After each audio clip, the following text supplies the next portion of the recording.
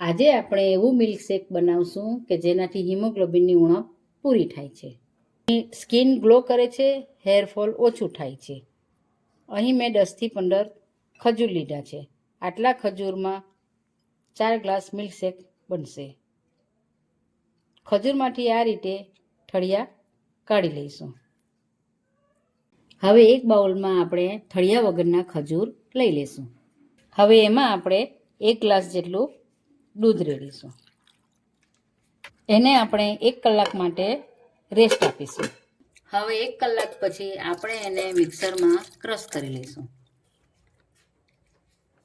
જુઓ, સરસ રીતે મિક્સ થઈ ગયું છે. હવે એક જાડા તળિયાવાળી તપેલીમાં 500 ml જેટલું દૂધને ઉકળવા મૂકી દઈશું. મિક્સરમાં ક્રશ કરેલું ખજૂરનું પેસ્ટ આપણે રેડી દઈશું.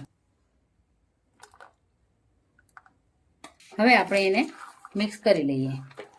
હવે એને આપણે થોડીક વાર ઉકળવા દઈશું. જો લોહીની ઉણપ હોય તો ખજૂરમાં ખૂબ જ આયર્ન હોય છે. તમે રોજ પી શકો. સાથે હાડકાં પણ મજબૂત કરે. મસલ્સના દુખાવા હોય તે પણ સારી રીતે રિકવર ખજૂરથી થાય છે.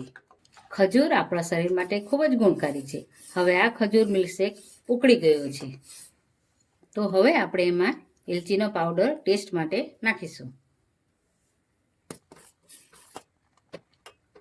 હવે આપણે ખજૂર મિલ્કશેકને ગ્લાસમાં રેડીશું.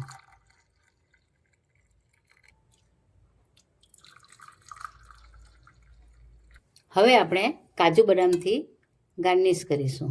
સવારે ચાના બદલે ખજૂરવાળું દૂધ શિયાળામાં એકવાર જરૂરથી ટ્રાય કરજો. તમે રોજ બનાવીને પીવો, એટલું ટેસ્ટી લાગશે. તમને જો મારી રેસીપી ગમી હોય તો લાઈક, શેર અને કોમેન્ટ કરવાનું ભૂલતા નહીં.